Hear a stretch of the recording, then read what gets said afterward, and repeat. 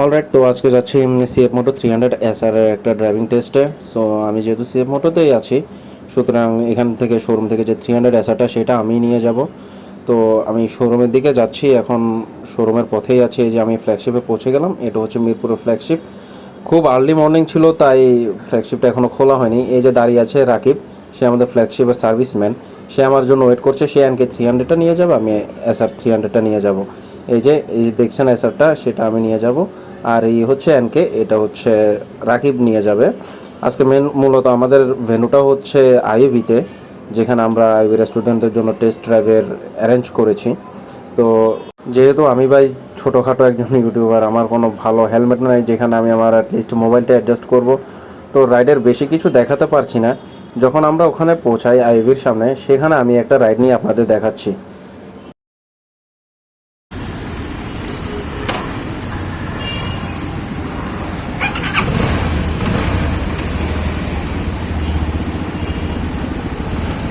300 SR।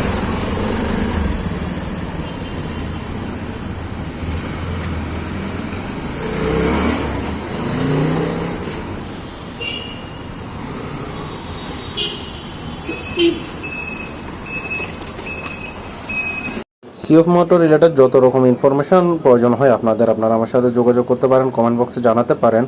এবং এর পাশাপাশি অন্যান্য বাইকের রিভিউ চাইলে আপনারা আমাকে বলতে পারেন, আমি অবশ্যই চেষ্টা করবো সেই রিভিউগুলো দিতে। ধন্যবাদ।